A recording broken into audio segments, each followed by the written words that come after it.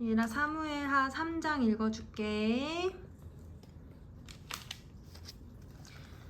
사울 집안과 다윗 집안 사이의 전쟁이 오래 계속되었다. 그러나 다윗 집안은 점점 더 강해지고 사울 집안은 점점 더 약해졌다.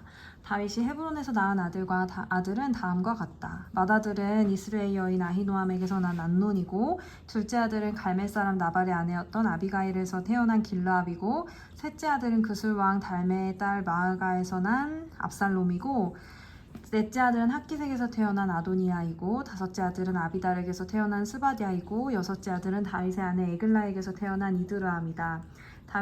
이들이 다윗이 헤브론에서 살 때에 낳은 아들이다. 사울 집안과 다윗 집안 사이의 전쟁이 계속되는 동안에 사울 집안에는 아브넬이 점점 더 세력을 잡았다. 사울의 후궁 가운데 리스바라는 여인이 있는데 아야의 딸이었다. 이스보셋이 아브넬에게 장군은 어찌하여 나의 아버지의 후궁을 범하였소? 하고 꾸짖었다. 그러자 아브넬이 이스보셋의 말에 몹시 화를 내면서 대답하였다. 임금께서는 내가 유다에 빌부터 살아가는 개로밖에 보이지 않습니까? 난 오늘날까지 임금의 아버지의 사울 집안과 그의 형제들과 친구들에게 충성을 다하였고 임금님을 다윗의 손에 넘겨주지도 않았습니다. 그런데도 임금님께서는 오늘 이 여자의 그릇된 행실을 두고 나에게 누명을 씌우려는 것입니까? 주님께서는 이미 다윗에게 약속하신 것이 있습니다. 이제는 저는 다윗 편을 들어서 하나님의 뜻대로 하겠습니다. 그렇게 하지 않는다면 하나님이 이 아브넬에게 벌을 내리시고 또 내리셔도 좋습니다.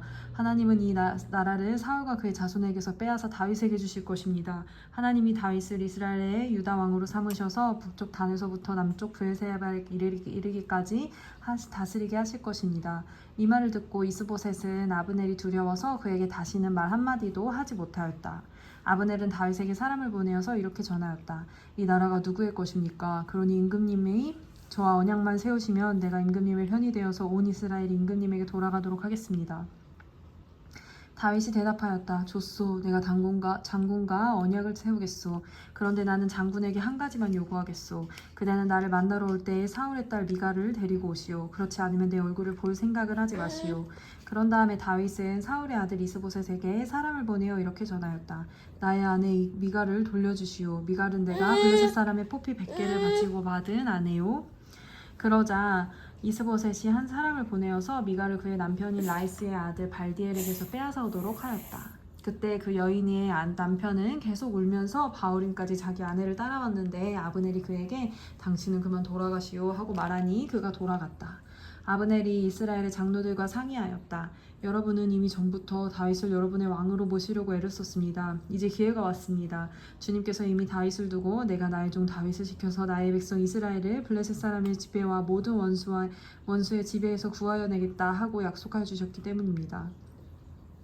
아브넬은 베냐민 사람들과도 상의한 뒤에 이스라엘과 베냐민 사람 전체가 한데 모은 뜻을 다윗에게 전하려고 헤브론으로 떠났다.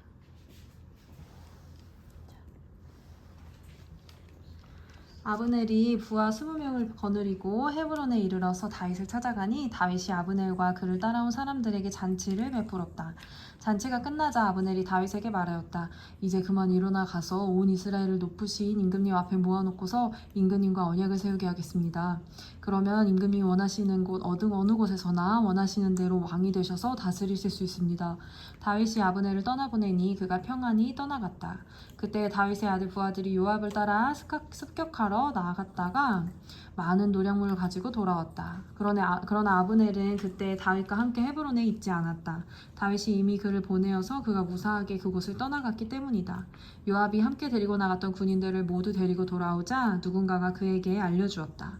넬의 아들 아브넬이 임금님을 찾아왔는데 임금님이 그를 그냥 보내셔서 그가 무사하게 이곳을 떠나갔습니다. 이 말을 듣고 요압이 곧바로 왕에게로 가서 항의하였다. 임금님 어찌하여 이렇게 하실 수 있겠습니까?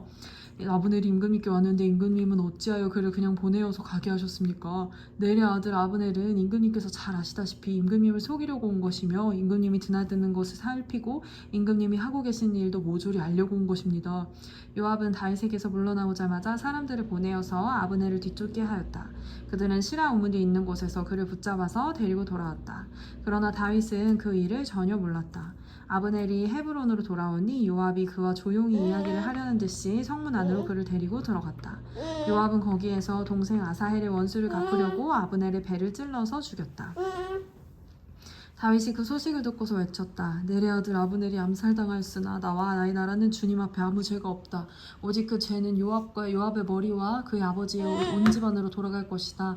앞으로 요압의 집안에서는 고름 흘리는 병자와 나병 환자와 지팡이를 짚고 다니는 다리 접는 사람과 칼을 맞아 죽는 자들과 굶어 죽는 사람들이 끊이지 않을 것이다. 요압과 그의 동생 아비새가 아브넬을 죽인 것은 아브넬이 그의 동생 아사엘을 기브온 전투에서 죽였기 때문이다. 다윗은 요압을 비롯하여 자기와 함께 있는 온 백성에게 명령하였다. 백성은 모두 옷을 찢고 허리에 굵은 베옷을 두른 뒤에 아브넬의 상여 앞에 걸어가면서 애도하여라. 그리고 다윗 왕도 몸소 상여를 뒤따라갔다. 백성이 아브넬을 헤브론에 장사 지내니 다윗 왕이 아브넬의 무덤 앞에서 목을 놓아 울었고 온 백성도 울었다. 다윗 왕은 아브넬을 두고 이렇게 조가를 지어 불렀다. 어찌하여 어리석은 사람이 죽듯이 그렇게 아브넬이 죽었는가? 그의 손이 묶이지도 않았고 발이 쇠고랑에 채이지도 않았는데 악한 자들에게 잡혀 죽듯이 그렇게 쓰러져서 죽었는가? 그러자 온 백성이 아브넬의 죽음을 슬퍼하며 다시 한번 울었다. 날이 아직 채 저물지 않았을 때에 온 백성이 다윗에게 와서 음식을 들도록 권하니 다윗이 맹세하였다. 오늘 해가 지기 전에 내가 빵이나 그 어떤 것을 마시라도 보면 하나님이 나에게 어떤 벌을 내리셔도 마땅하다. 온 백성이 그것을 보고서 그 일을 좋게 여겼다. 다윗 왕이 무엇을 하든지 온 백성이 마음에 좋게 받아들였다. 그때야 비로소 넬의 아들 아브넬이 죽인 것이 아브넬을 죽인 것이 왕에게서 비롯된 일이 아님을 온 백성과 온 이스라엘이 깨달아 알았다. 그런 다음에 왕은 신복들에게 말하였다. 그대들이 아는 대로 오늘 이스라엘에서 훌륭한 장군이 죽었소. 수리아의 아들들이 나보다 더 강하니 비록 내가 기름 부음을 받은 왕이라고 하지만 보다시피 이렇게 약하오. 그러므로 이런 악을 저지른 사람에게 주님께서 그 죄에 따라 갚아주시기만 바랄 뿐이오. 사무엘하 4장. 사울의 아들 이스보셋은 아브넬이 헤브론에서 죽었다는 소식을 듣고서 그만 맥이 풀리고 말았다. 이스라엘 온 백성도 두려움에 사로잡혔다. 이때 사울의 아들 이스보셋에게는 군 지휘관이 두 사람이 있는데 한 사람의 이름은 바하나요, 또 한 사람의 이름은 레갑이었다. 그들은 브에롯 사람 림몬의 아들로서 베냐민의 사람이다. 브에롯 사람도 베냐민 족속으로 여김을 받았는데 일찍이 브에롯 주민이 각다임으로 돌아가서 오늘날까지 거기에 머물러 살고 있기 때문이다. 사울의 아들 요나단에게는 두 다리를 전 아들이 하나 있었다. 사울과 요나단이 죽었다는 소식이 이스라엘에 전해졌을 때 그는 겨우 5살이었다. 요모가 그를 얻고 도망할 때 서둘러 도망하다가 그가 떨어져서 발을 절게 되었다. 그의 이름이 무비보셋이다. 브에롯 사람 림몬의 두 아들 레갑과 바하나가 이스보셋이 있는 왕궁으로 갔다. 그들은 한창 더운 대낮에 그곳에 도착하였는데 마침내 이스보셋은 낮잠을 자고 있었다. 그들은 밀을 가지러 온 사람처럼 꾸미고 대궐 안으로 들어가서 그의 배를 찔러서 죽였다. 그런 다음에 레갑과 그의 동생 바하나는 도망하였는데 그들이 대궐로 들어갔을 때 왕은 침실에서 그대로 침대에 누워서 자고 있었다. 그래서 그들은 왕을 죽이고 그의 머리를 잘라낼 수가 있었다. 그들은 그의 머리를 가지고 나와 밤새도록 아라밧길을 걸어서 헤브론으로 갔다. 거기에서 그들은 이스보셋의 머리를 다윗에게로 들고 가서 말하였다.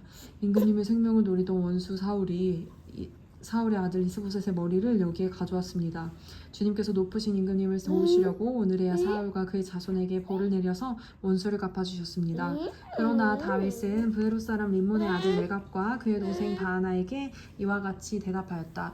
온갖 죽을 고비에서 나의 생명을 건져주신 확실히 살아계신 주님을 두고 맹세한다. 전에 사울이 죽었다는 소식을 나에게 전하여주고 자기는 좋은 소식을 전한 것으로 여긴 자가 있었다.